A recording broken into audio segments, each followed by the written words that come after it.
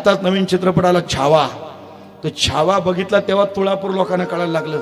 अजूनपर्यंत संभाजी महाराज काय माहितीच नव्हते, कारण आपल्या पुढं शोले दाखवलं आणि सैराट दाखवलं. ती सैराट बघून सगळी सैराट झाली. पण आता खऱ्या अर्थानं आपल्याला छावा दाखवलं आणि तरुणातलं रक्त आता चेतलंय. काय शंभूवनाचा त्याग आहे. नखं काढली, केस काढली, अंगावरची साळ काढली, चांबडी सोडून काढली, मिठाचं गरम गरम पाणी अंगावर ओतायचं.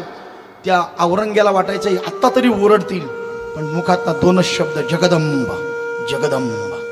शेवटी नवळ म्हटलं डोळे फोडून काढा. लाल बुंद सळे हापशे घेऊन आला. शंभू महाराजांच्या डोळ्यामध्ये भरलेले डोळे लाल बुंद झालेले आहेत. कान सुद्धा काढले, कान कापले, रक्त बंबाल कान झाले.